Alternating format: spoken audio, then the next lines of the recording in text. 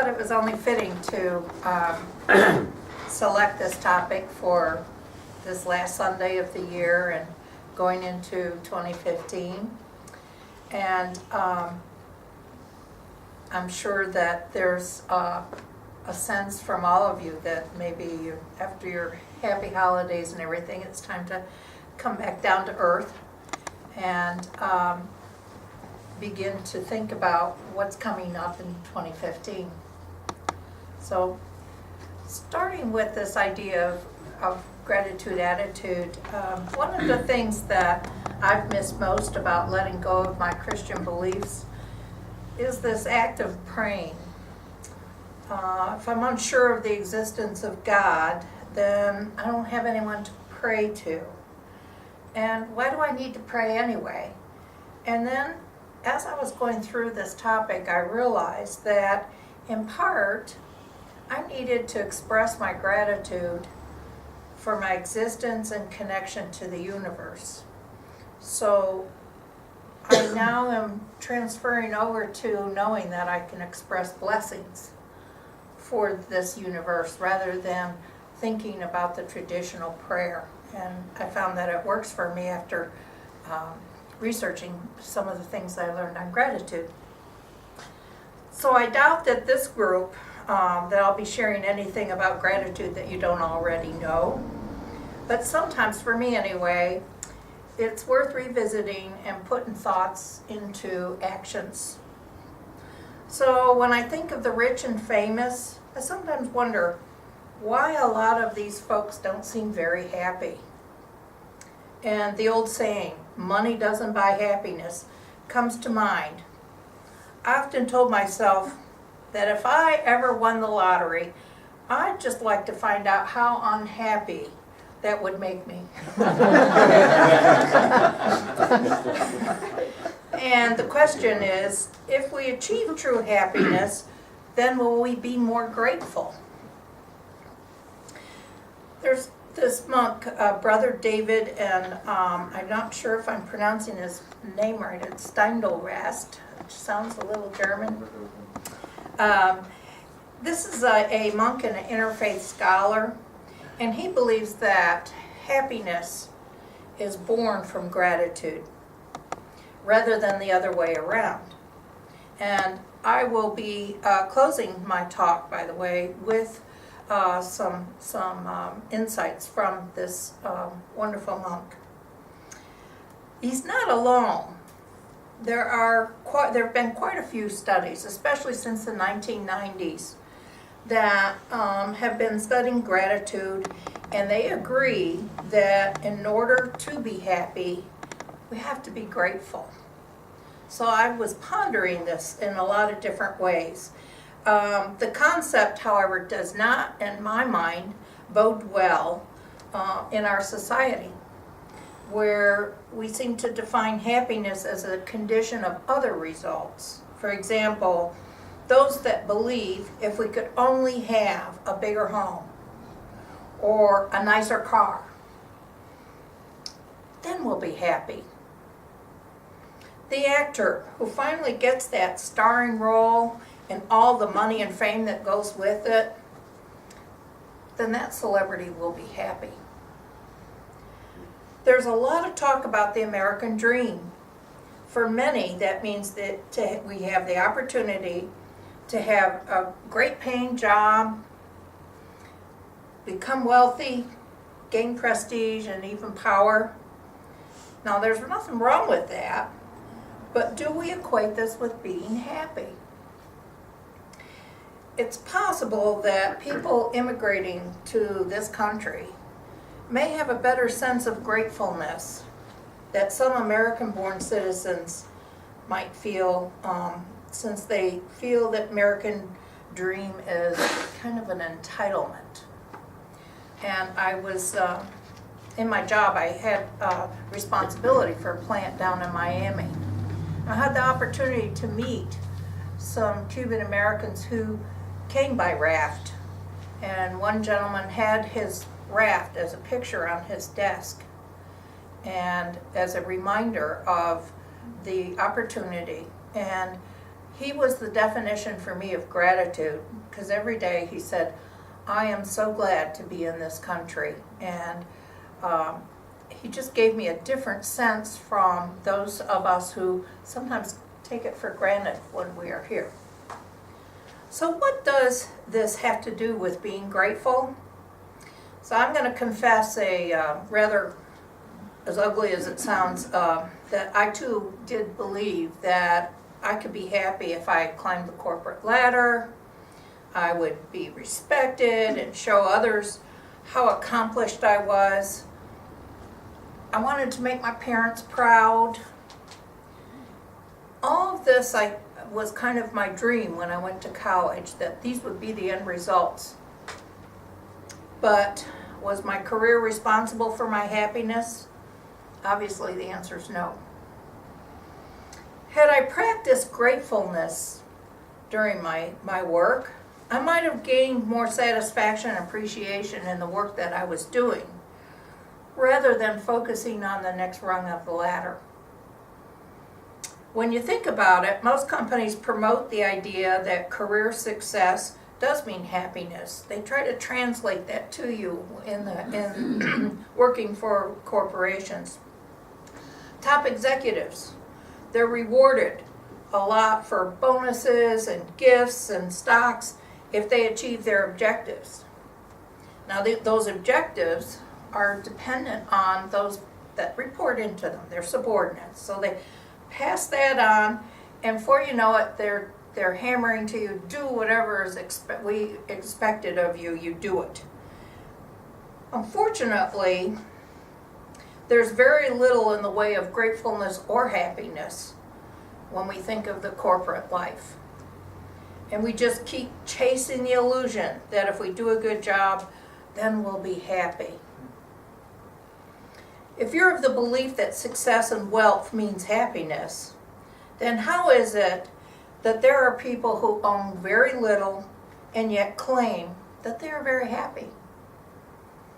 Studies have shown it's because they lead a life of gratitude. Frank A. Clark, he's an American politician born in the 1860s. He says, if a fellow isn't thankful for what he's got, he ain't likely to be thankful for what he's going to get. So, does it stand to reason that we will not be happy if we fail to be grateful for our life and for all that life has to offer? So what is meant by gratitude anyway? So I got to thinking about this. I had an aunt who was a very doting mother to her only child, Sandra, my cousin. Aunt Helen was constantly telling Sandra to say thank you as soon as Sandra was complimented or received praise or gift from a relative. I remember these family reunions well. What's more, when Sandra's grandmother, my grandma too, handed Sandra a gift, immediately Aunt Helen would say, Sandra, you need to write a thank you letter to your grandmother, right in front of my grandmother. So quite honestly, I felt my aunt was overbearing and never gave Sandra the opportunity to thank anyone on her own without being coached. If that had been me, I would have felt robbed of the joy of thanking someone from my heart. Now, that doesn't mean that we don't teach children good manners, so never mind that discussion and talk back. But if I'm 12 years old and I'm still being coached to say thank you, then I think I need a lot more serious talking to than how to say thank you. So, when you look at religions, they also teach gratitude. But I have to wonder if religious gratitude is kind of like Aunt Helen, dictating thank you orders to her daughter. Here are some examples that I found from Robert A. Emmons. He's a professor of psychology at the University of California, who talks about how gratitude is expressed in various religions. For example, in the Jewish faith, it says, you shall love the eternal, your God, with all your heart, with all your soul, and with all your might. For Christians are strongly encouraged to praise, to give gratitude to their Creator. In Christian gratitude, God is seen as the selfless giver of all goods. Gratitude in Christianity is acknowledged by God's generosity that inspires Christians to shape their own thoughts and actions around each of the ideals. Islam. The Quran is filled with the idea of gratitude. Islam encourages its followers to be grateful and express thanks to God in all circumstances. Islamic teachings emphasizes the idea that those who are grateful will be rewarded with more. A traditional Islamic saying states, "The first who will be summoned to paradise are those who have praised God in every circumstance." Makes you wonder why we have war. These religious concepts on gratitude really are troubling to me in some ways. First of all, gratitude is focused on thanking God more than acts of people. How many of you have had the experience of helping someone out and their response is that God has always been good to me? Never mind that you were the one that helped that person out. Second, it gives me a feeling of religion dictating or coaching one to be grateful, which is why it feels kind of like Aunt Helen, the way she gives directives. Also, I found an interesting example on gratitude from a UU minister who, not surprisingly, has a different view from other religions. This is from Galen Gunrich. He's the minister of the All Souls Universalist Church in New York City. And he says gratitude should be the center of Unitarian Universalist theology. He suggests that although we pride ourselves as autonomous individuals and self-sufficient, that independency can lead us to forget that we are a part of the universe and we're all connected and dependent on each other. He believes that the temptation to disregard our utter dependence on the people and the world around us diminishes our ability to be grateful. He states that we think our purpose and destiny are independent of others. And the examples he says is we sometimes compare our possessions and accomplishments with theirs. We resent what they have achieved that we have not. In short, we disregard our dependence. If the first principle of all existence is utter dependence, then the deadliest of all sins, he says, is the effort to negate or disregard that principle through the myth of self-sufficiency. So religion acknowledges that gratitude is important, but to what extent do we express gratitude for one another as opposed to giving thanks to a higher power? And how do we go about feeling and expressing this gratitude? According to Emmons, cultivating an attitude of gratitude is tough. He says that it is a chosen attitude. We must be willing to recognize and acknowledge that we are the recipients of an unearned benefit. We must be willing to recognize, several researchers on gratitude seem to agree that keeping a gratitude journal can be very effective. So I decided in November when I was researching this that I was going to do my gratitude journal. And I bought this very small book because I have this tendency to think that if there's a blank page I have to fill it. It's kind of the way I talk too. So I bought a small book because the idea is to just jot down 2 or 3 things that for me it's daily, could be weekly, whatever, what I was thankful for that morning. And acknowledge it as an appreciation, and I documented it. So what I discovered in this practice mirrors what some of the researchers claim the result is of this type of grateful journaling. At first, jotted down 2 or 3 things I was grateful for, but then I found that throughout the day when I did that, I was seeing things to record for the next day,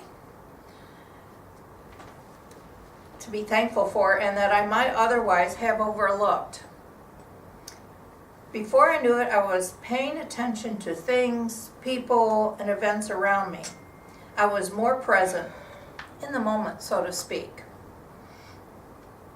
In addition to keeping a journal, researchers suggest that if your gratitude toward a living person, that your sense of well-being will improve if you express this gratitude to the person.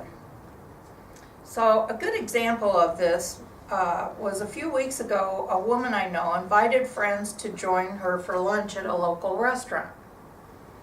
The lunch was such a pleasant experience and the food was so good that she wrote the chef a thank you note telling him how much she enjoyed her experience at this restaurant. The chef in turn phoned her expressing his pleasure in receiving her note. Okay, that's a minor thing. But on the other hand, who doesn't want to be thanked for providing a positive experience? And by the way, you all know this woman in this example. It was Chucky. And for that, I'm grateful that I have had such a great role model in my life. As author William Arthur Ward says, feeling gratitude and not expressing it is like wrapping a present and not giving it. There's author Betty Mihalik, and she has a book called Living a 5-Star Life, and she asks the question, where are you right now on the joy factor? More joy than you can handle or barely enough to keep you alive? Joy and gratitude, she says, go hand in hand. She also is a believer that we are not grateful because we're happy, rather we're happy because we're grateful. This week, she says, take 5 minutes a day and practice gratitude. As you look around, remember just how much you have to be thankful for. It's your freedom, your family, your friends, the list goes on. You'll discover the world that only yesterday seemed drab and joyless is suddenly bursting with beauty and possibility, and that is what I also experienced. Living with gratitude, yes, easy to say, it just rolls off the tongue, but difficult to do consistently. You are so blessed in so many ways. You need to find ways to remind yourself just how fortunate you really are. And I would like to express my gratitude to all of you. This congregation is my touchstone, and my life is richer for it.